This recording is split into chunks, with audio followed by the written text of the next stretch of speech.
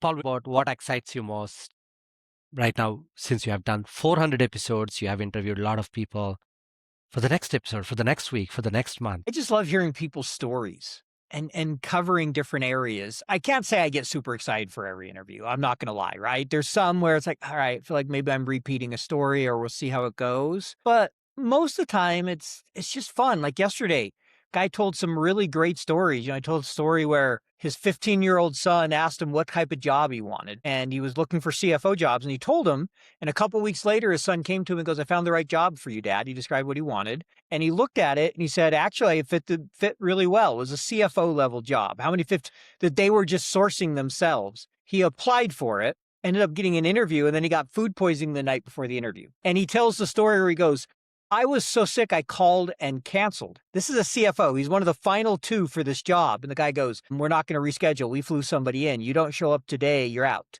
So he couldn't even drive. He had his wife drive him to the appointment.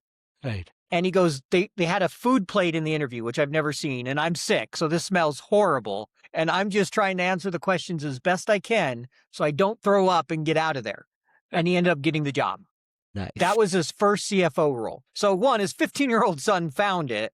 And two, he interviewed on food poisoning. I mean, that's just a fun story. Where else am I going to hear that? Yeah. Right? I would have never heard that. And then just the learning. I feel like you can always learn from others. So I don't know. It's funny. I don't listen to a ton of podcasts. I probably shouldn't admit that given how many I do. But I love interviewing and talking to people. And it gives me an opportunity to hear people's stories. And hear them with me having the conversation. I don't know. There's something I enjoy about that. That's right.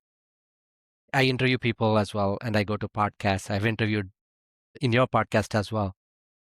Is it weird for you to actually listen to another podcast?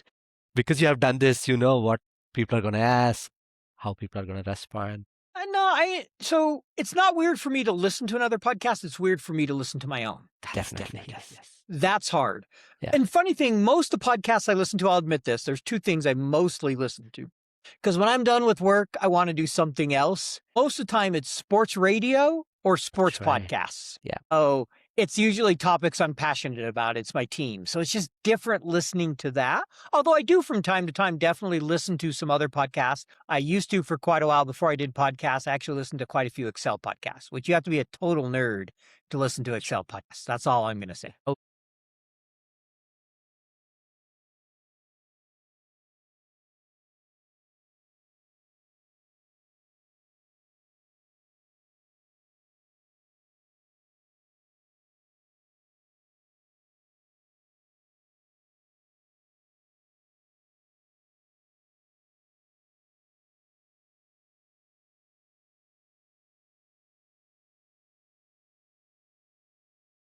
That's right.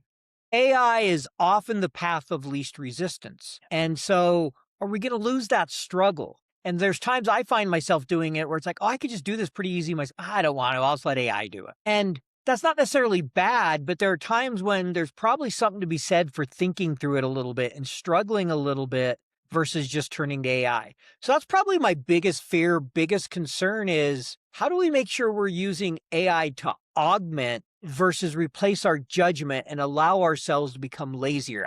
If you've ever seen the movie WALL-E, someone commented about the other day, is like, are we all heading toward where we're going to be all fat on a boat, right?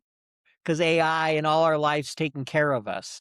And sometimes I worry, is that the path we're heading toward? And I think AI is fabulous. And I'm not saying we put the genie back in the bottle. We couldn't if we wanted to. But the question is, how do we make sure we're being responsible and we're continuing to learn and grow and develop?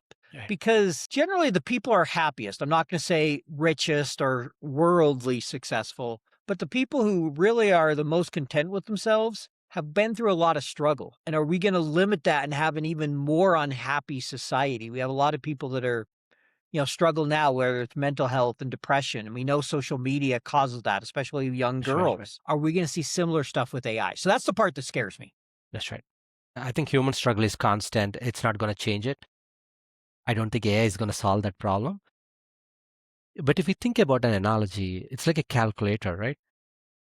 We used to do a lot of mental calculations before calculators were invented.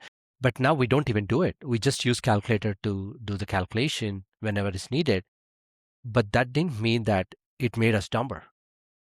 We actually went to a higher level of thinking, and we're not doing that manual mathematical calculations anymore. Yeah, and hopefully that's where we end up. But I mean, there's already studies that have shown, people. I think MIT or some others have done it. I've read a few. Where they're starting to see some brainwave activity different for people that use AI. I mean, I think the difference to me is okay. So you used a calculator, but you still had to make all your assumptions and things. Right. If you use in certain areas, you can use AI to do everything, write the whole paper, and you don't even review it. Yeah. That's the part that fears me is when people just let AI be the answer versus the augmentation, which in the calculator example, there is still, hey, we had to think about the inputs. There's usually, whether you're using Excel, there's a lot of other work you have to do around it. In certain cases with AI, people are lazy enough that they're just typing a prompt and letting that be the answer. That's the part that concerns me. That's where I worry that people are going to versus the augmentation, which in the calculator, the spreadsheet, there was generally some augmentation taking place. That means they're not using the deep thinking process to get into the details of it before coming to an output. It's like a token utilization, but with the human brain. Paul, you're the FP&A guy. You have been discussing all the FP&A things over the years.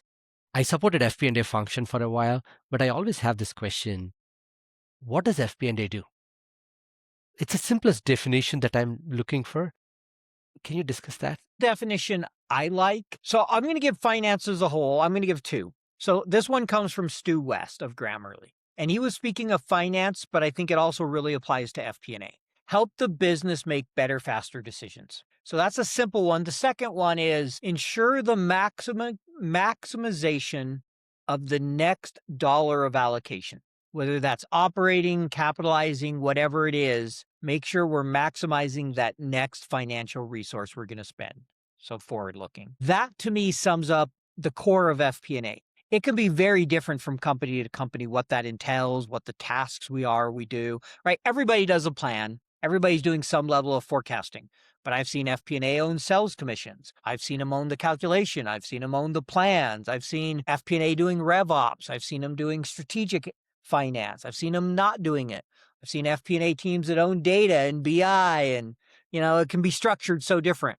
Some are supporting the business unit, some are supporting corporate. What it looks like and how you build it can be very different. But to me, the goal is, are you helping the business achieve its strategic goals, helping them maximize their use of resources, primarily being cash? Right. I think that's an amazing definition. Probably you should suggest changing the whole name of FP&A based on that definition, right? Financial planning and analysis, still not very clear in terms of what is that you expect from that team. But the definition you gave is amazing. You're actually helping the company to make better decisions with the resources that you have. And I don't know what that name would be. I had one guest who said we should be FA&P because 80% of your time should be on analysis. And everybody's like, I hate that. Like it doesn't roll off the tongue the same. But I get what you're saying. I mean, I've seen some companies where FP&A is reported into the CEO.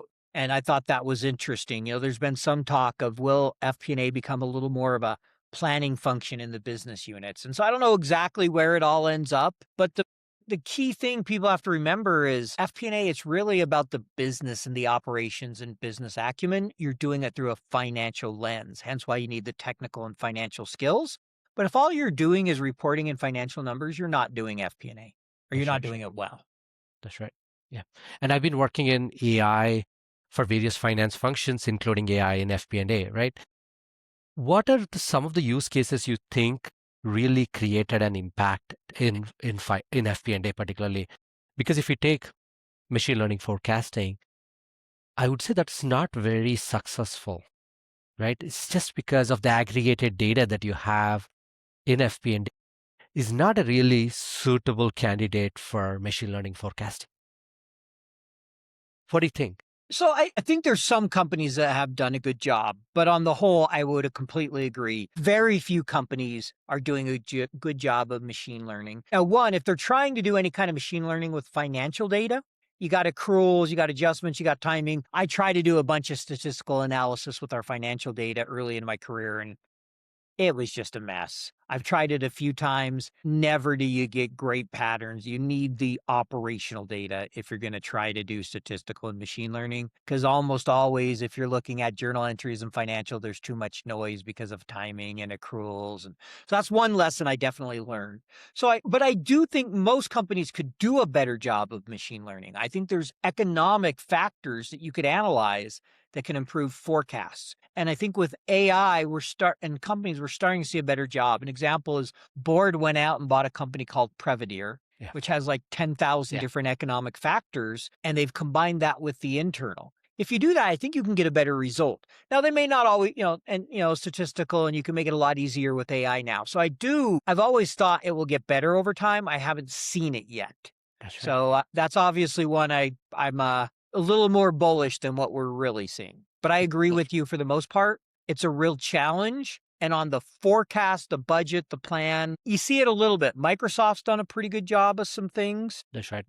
Facebook, I know the person who ran their data science team, Kat Orkova, for a couple of years, their first finance data science team, and they were able to improve where they were able to get their daily forecast within 2%. Before that, when FP&A was doing it without machine learning, it was often 10 to 20% off. That's right.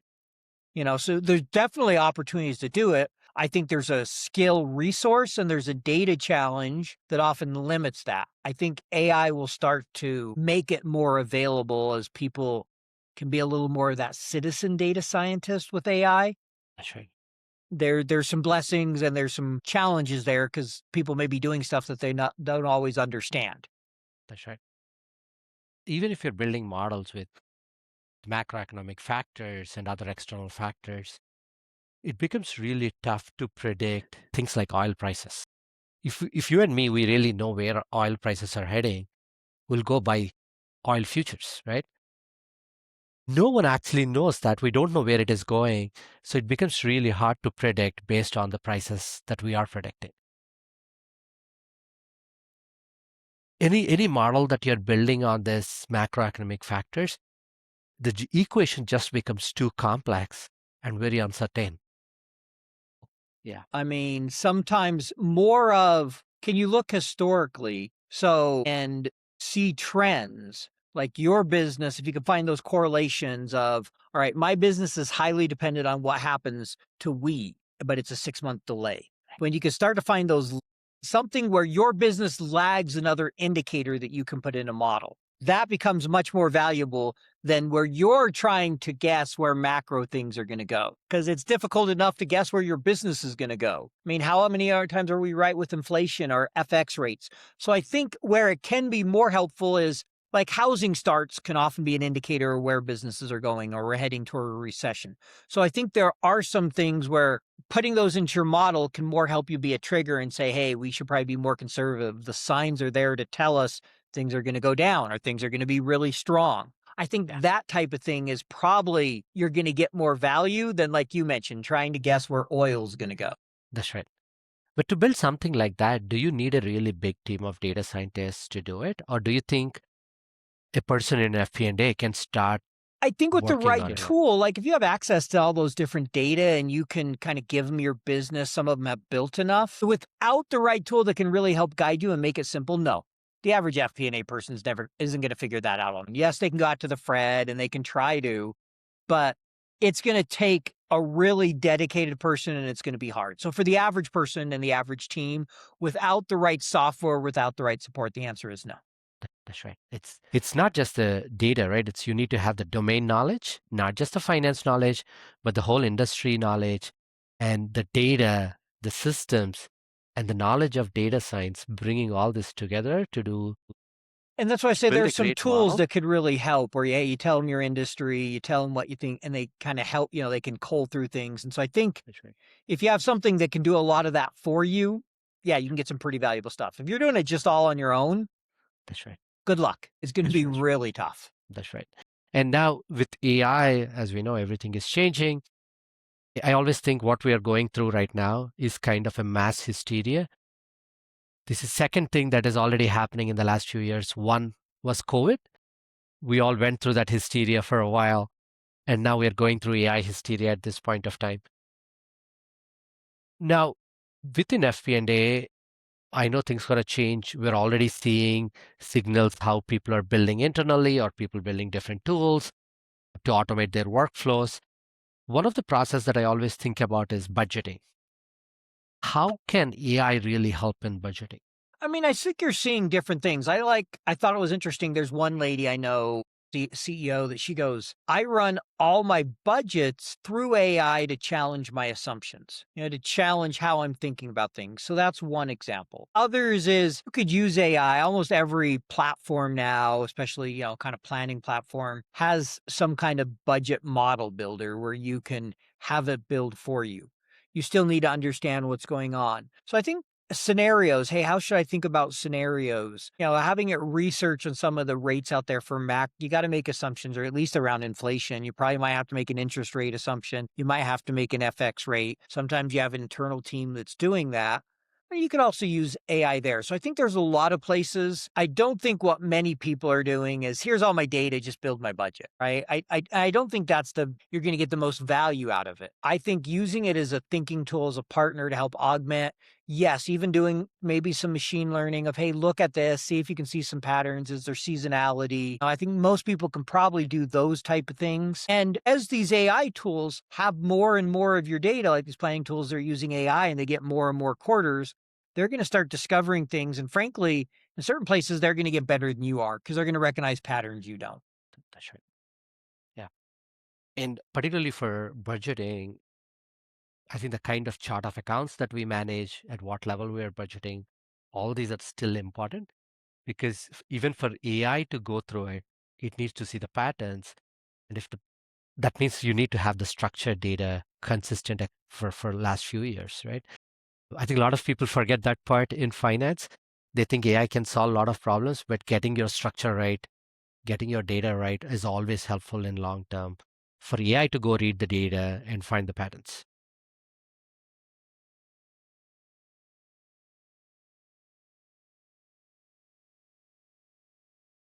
The more you can define your schema, your logic is consistent, whether you're using Medallion or whatever approach you're using to your data, how you're thinking about it, how you're storing it, warehouse, data lake, whatever. You need a good schema, a good understanding of your data.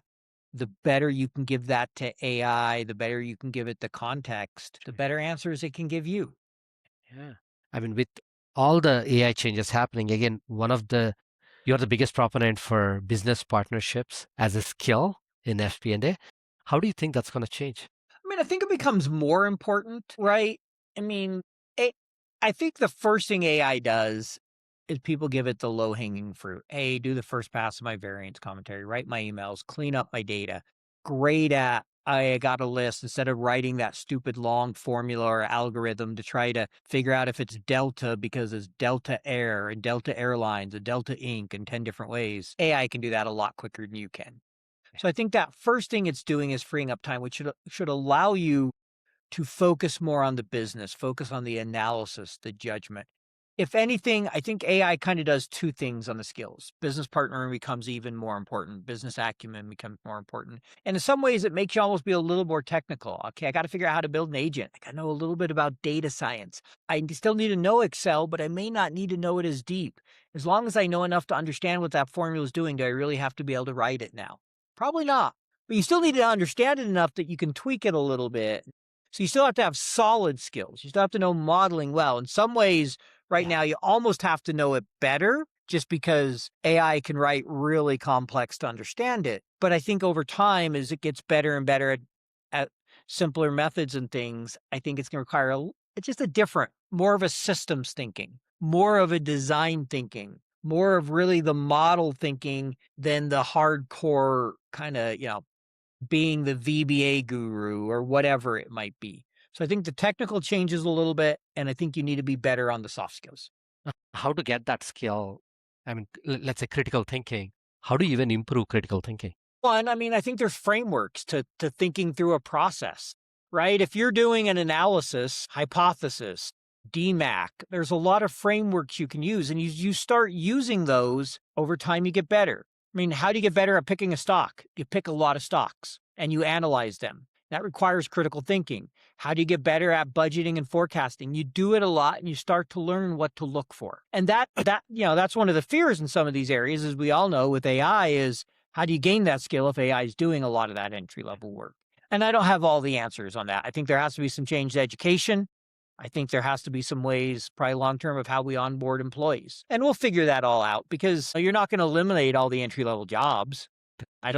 Anyone who thinks we're all going to sit at home and get a universal basic income, I don't see it. Yeah, we might get it, but that won't be enough for us to get all the things that we need. So there may be something like that, but I don't see anywhere in the near term that that's where society's heading, in the sense of 50% of all jobs go away and half of us are sitting at home. If it happens, it happens, and have to deal with it. But I don't see it in the near term. That's right. And I always think that there is the real thinking that is going through AI and the changes happening. They're doing it, and few companies still low in getting there. Do you think this will create a big gap in the next 3 to 5 years? It will, and then it will eventually get closed. I mean, there's still companies that view FP&A as back office. That's right. Right. And so there are going to be companies that get far ahead on AI and they're going to get benefits, and there's going to be ones that lag. I would say most companies are much earlier than what we see in social media. Yeah. I think the technology always leads change. The tech's ready well before the people are. Now, how ready the tech is versus how much is hype, we could have a whole separate discussion on that. There's some of both. There's no question in my mind. But for companies that have good data, that understand their data, they're in a proper place, there's a lot you can do with AI today. Most companies aren't getting that full benefit, and that's a change management thing as much as it is tech. Sometimes it's a resource, sometimes it's people. There's just a lot that goes into that, just like computers. I mean, just take Excel, Power Query, one of the most powerful tools ever built in Excel. 10% of people use it. And it's been around for almost 15 years, and it would save the average person in FP&A, if they learned Power Query well, 5 to 10 hours a month, if not more. Yeah. But yet, almost nobody invests the time. So am I convinced we're all going to invest the time and figure out AI well in a couple of years? I'm not. Yeah. One of the person I know works in a really large company and supports the finance function. And he says that in the last few months, everyone in the company are building applications on the finance data. Finance people, non-finance people, all bringing these applications and asking him to deploy. He's pushing back and asking them, did you test it? Did you go through the cycles? Because what happens is, if I'm going to build a dashboard application and I'm going to publish it, if I didn't test it enough, and if someone else in the company starts using those numbers, that's the real big problem. So there is no real shortcut for the change management of doing the UAT and then approving it and pushing it to production. So you know that those numbers are right. Yeah, and there's this whole challenge with AI of, it's a large language model. It's not a large math model. It can write the coding. If you're going to deal with numbers, you need a deterministic solution. What does that look like within generative AI?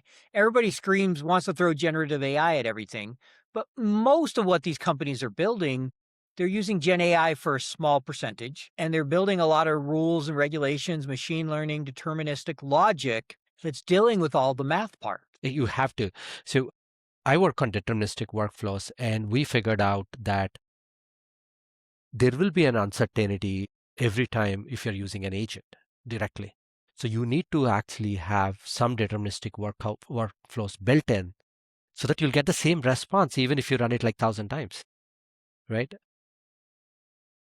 Now, that is almost same as writing code for it. Right? You're giving enough context for it so that it'll go in the same direction every time.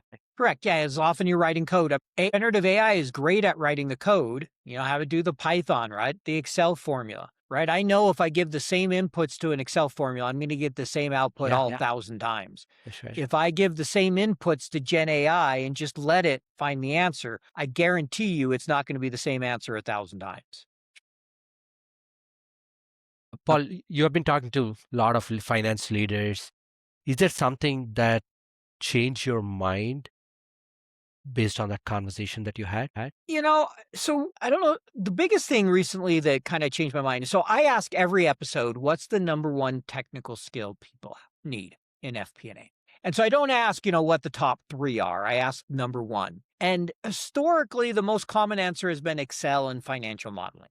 Over the last few months, particularly with smaller companies, it's now changed to often hearing the number 1 answer being system thinking, design thinking. I've always thought that was important. I've always been a big data guy, but it's been really interesting to watch. And I'm starting to change, my opinion too of, yes, you still need to know Excel. You still need to know financial modeling. But if you really want to get a lot of AI, especially if you're a smaller company where offering finance is doing a lot of the data stuff, that thinking needs to change to save you the time to spend more time with the business. You really do need to be able to understand that kind of data and system thinking. So that's been an interesting change and journey to watch as I interview people, how that answer is changing and how my views are starting to change. Now, again, it depends on the company and a lot of things, whether it's number 1, but in more situations than it used to be, it is. Right. Do you have a course for design thinking and system thinking? Yeah. I'm thinking, Rick, because now you have new people in FP&A who knows how to use AI, but this is probably the time where they need your expertise to train them on FP&A basics so that they can prompt well. They don't need new prompts. They need the basics of FP&A so they can do their job well. Yeah, and my most popular course, virtual course, is my best practice FP&A course, which we talk about budgeting, forecasting. We get into data visualization. We get into analytics. We do about an hour on AI. We cover data storytelling, business partnering, and that's the course. And we're continuing to modify it to bring AI in. And I have a data visualization course, and there's still a lot of that core because even if AI does it, I still think there's incredible value to learn how to do a lot of this in Excel well and then automate it with AI.